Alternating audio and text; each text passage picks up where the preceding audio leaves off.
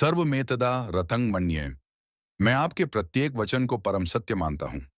अर्जुन भी कहते हैं कि भगवान के व्यक्तित्व को समझना अत्यंत कठिन है और देवता भी उनके वास्तविक स्वरूप को नहीं समझ सकते। इसका अर्थ यह है कि मनुष्य से भी श्रेष्ठ देवता भी भगवान के स्वरूप को समझने में असमर्थ हैं। अतः सामान्य लोग भगवान को कैसे समझ सकते हैं यदि वे भगवान के भक्त नहीं हैं? अतः भगवत गीता को भक्तिपूर्वक स्वीकार करना चाहिए।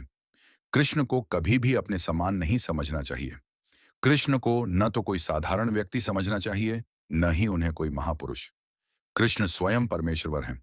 अतः भगवत गीता के कथन के अनुसार या अर्जुन के कथन का अनुसरण करते हुए जो व्यक्ति भगवत गीता को समझने का प्रयास कर रहा है, उसे कम से कम सैद्धांतिक रूप से यह स्वीकार करना चाहिए कि कृष्ण परमेश्वर हैं। और यदि कोई ऐसा विनम्र भाव अपनाता है, तो भगवत गीता को समझना संभव है। जब तक कोई भगवत गीता को श्रद्धापूर्वक नहीं पढ़ता, इसे समझना बहुत कठिन है, क्योंकि यह शास्त्र सदैव महान रहस्य से आच्छादित है। भगवत गीता क्या है? भगवत गीता का उद्देश्य लोगों को इस भौतिक संसार के बंधन से बचाना है, जो अज्ञानता के अंधकार में डूबा हुआ है। हर व्यक्ति विभिन्न तरीकों से पीड़ित है। जैसे अर्जुन को भी कुरुक्षेत्र युद्ध के दौरान एक कठिन समस्या का सामना करना पड़ा था। अर्जुन ने भगवान के सामने आत्मसमर्पण कर दिया और परिणाम स्वरूप भगवान ने उन्हें गीता का ज्ञान दिया।